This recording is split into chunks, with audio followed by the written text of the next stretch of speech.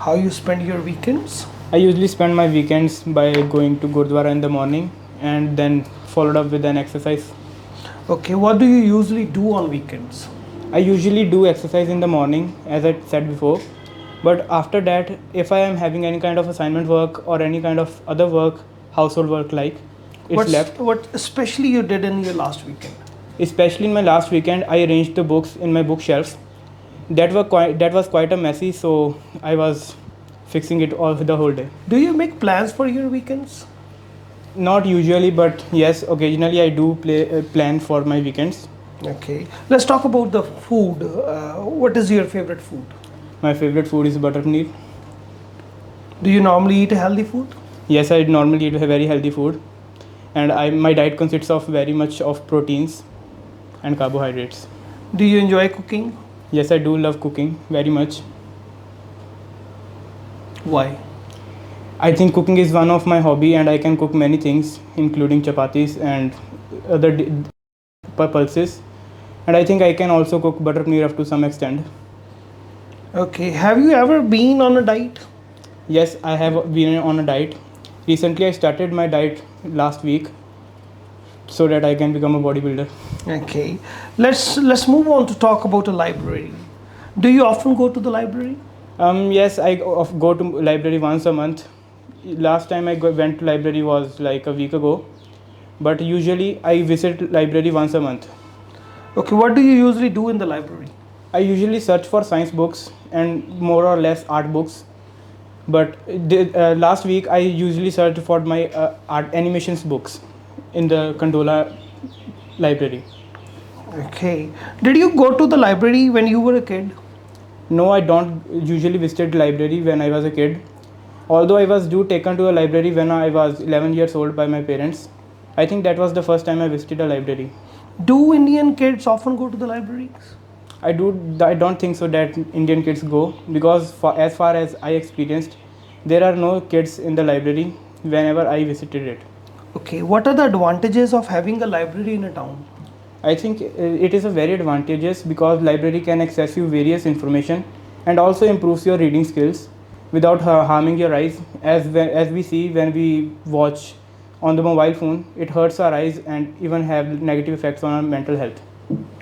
Okay, now I'm going to give you a topic and you're having a minute to prepare your answer. Here is a pencil and paper for you.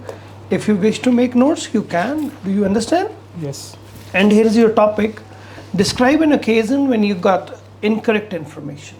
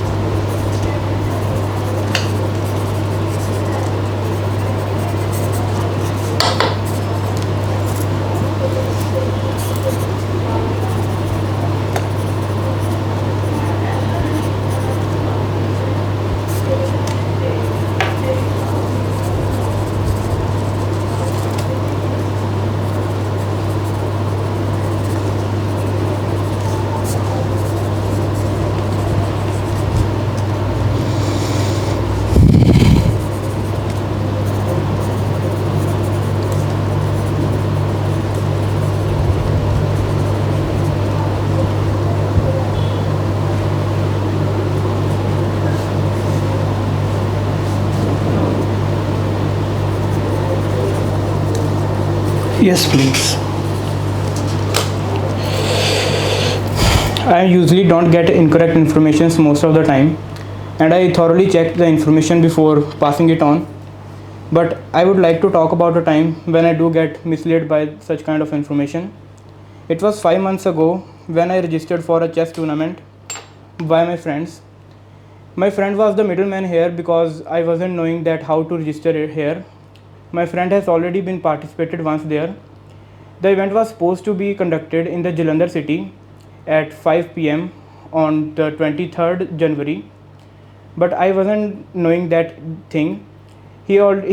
Instead that he told me that the event is going to be happening on 25th January, which is 2 days ahead of that, 2 days later of the actual program. That was kind of misleading.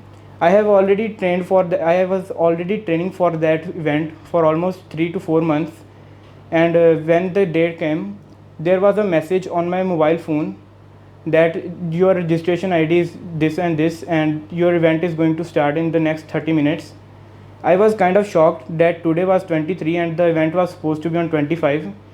I was very much shocked, and I told my parents that there is something to it.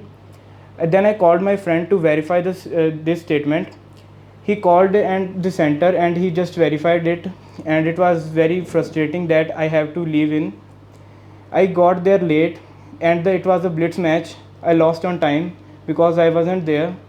It was very frustrating, and after that I also tried to file a reappearance, but they rejected it. And this is the time I felt like that I was just disappointed, and I haven't done much research in the program. So I think this is the time. Okay, thank you. Let's discuss further. What kinds of relations are related to giving information to the others?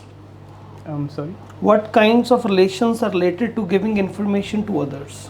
I think there are many relations like friends that gives you information about events, and also family members who usually look for the exams like PEE and UPSC for your students, for their wards to be appearing. I think these relations help Okay, us. what is the difference between giving information by phone or by email? I think it is a lot. There is a lot of difference, but there are also similarities, because phone and email are actually one thing these days.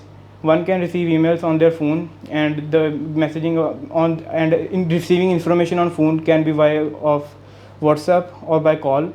I think email is also one of those things. So I think there is not much of a difference, but email is hard to get. How can people check whether a piece of information is correct or not?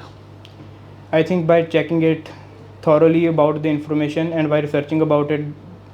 And if there is a kind of event, he or she can just go to their main sites and check the dates properly. Do people trust the online information? I think yes, there are many misleading informations on computer these days, but yes, most of the people do accept information whatever they get from the online purposes. What the government should do to solve this problem? I think government should be spreading awareness that whatever public hear or see on YouTube or Instagram or any other social means is always not true. It can be very helpful for those who are just misleading. There are many spam comments and videos these days which mislead the people and distract them from their actual goals.